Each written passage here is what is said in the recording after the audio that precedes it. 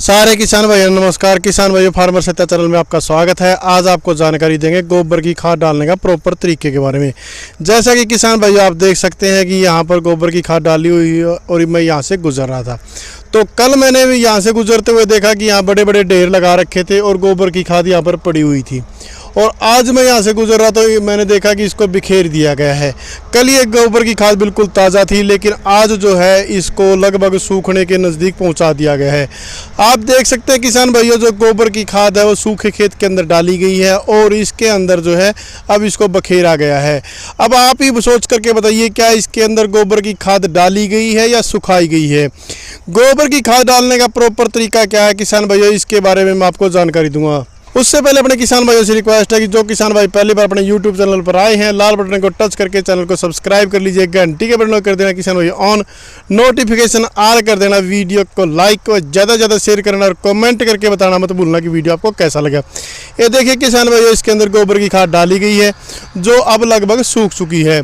इससे जो है गोबर की खाद का नुकसान ही हुआ है, इसका कोई विशेष फायदा होने वाला नहीं है।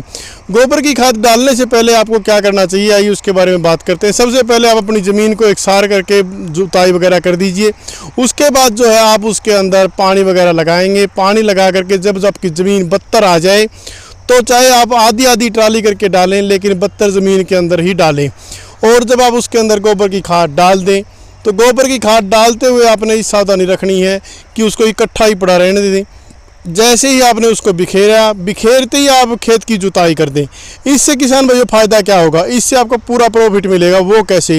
गोबर की खाद के अंदर किसान भाइयों 16 तत्व होते हैं और 16 तत्व जो है ज़मीन के अंदर मिल जाते हैं, जिसमें फास्फोरस है, कैल्शियम है, नाइट्रोजन है और भी जो भी आपके तत्व हैं सारे उसके अंदर होते हैं। तो वो जो तत्व जो है ज़मीन के अंदर मिल जाते हैं। इसके साथ में जो गोबर की खाद है उसके अंदर जीवाणु बहुत होते हैं। अगर बिल्कुल गली सड़ी गोबर की खाद हो तो उसके अंदर जीवाणु होते हैं। जीवाणुओं का मेन रोल होता है अपनी खेती में। अगर आपने बत्तर ज़मीन के अंदर गोबर की खाद डाली तो जीवाणु अपनी ज़मीन के अंदर जुताई के दौरान मिल जाएंगे। वो कुछ गोबर को खाएंगे, कुछ मिट्टी को खाएंगे, कुछ अपनी प्रोडक्शन बढ़ाएंगे। इससे जो है उनसे क्या होगा कि आपकी ज़मीन में उपजाऊ शक्ति बहुत ज़्यादा आ जाती है। अगर आपने गोबर की खाद डाल दी और उसको सुखा दिया है तो फिर उसका कोई ख़ास फ़ायदा नहीं होने वाला, क्योंकि वो कंडे हो गए हैं और वो आपकी ज़मीन के अंदर से नाइट्रोजन लेंगे। नाइट्रोजन लेकर के किसान भाइयों आपकी ज़मीन के अंदर फिर वापस नाइट्रोजन देंगे। इस प्रकार से एक लंबा प्रोसीजर हो जाता है और उसके अंदर फ़ायदा कम और नुकसान ज़्यादा हो जाता है। और कुछ किसान भाइयों को कहते हुए सुना गया है, तब पाया गया है कि वही गोबर की खाद डाली थी, कोई खास फ़ायदा नहीं हुआ।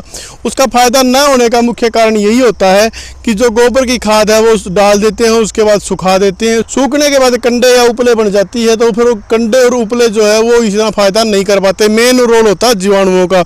जीवाणु उसके सारे मर जाते हैं, दोबारा वो मिट्टी के अंदर मिल जाती है, इतने जीवाणु उसके अंदर फिर पैदा नहीं हो पाते हैं। अब जो गली सड़ी गोबर की खाद है उसके अंदर जीवाणुओं की बहुत संख्या होती है और वो अगर आप डालते हैं तो उसका बेनिफिट आपको बहुत ज़्यादा होता है और आपकी ज़मीन को सारे पोषक तत्व मिल जाते हैं, जिससे आपकी ज़मीन की उर्वरा शक्ति बहुत ज़्यादा बढ़ जाती है और इसका आपको आने वाले 4-5 साल तक मुनाफा मिलता रहता है। तो अगर आपने गोबर की खाद डालनी है तो कितनी डालनी चाहिए उसके बारे में बात करते हैं। वैसे तो किसान भाइयों आप 12-15 ट्राली तक डाल सकते हैं, लेकिन आप जो है प्रत्येक कनाड़ के अनुसार 1 ट्राली डाल दीजिए, यानी कि 1 टेर में आप 20 ट्राली डाल देंगे तो पर्याप्त रहेगा और वो आपकी फसल को जो है अच्छा मुनाफा, आपकी फसल को पूरी ताकत दे। तो इस प्रकार किसान भाई ये बहुत ही महत्वपूर्ण जानकारी थी। उम्मीद करते हैं आपको पसंद आई होगी। इस वीडियो को आप ज़्यादा से ज़्यादा शेयर करें और कमेंट करके बताएं कि आपको कैसा लगा। धन्यवाद किसान भाइयों। जय जवान जय किसान।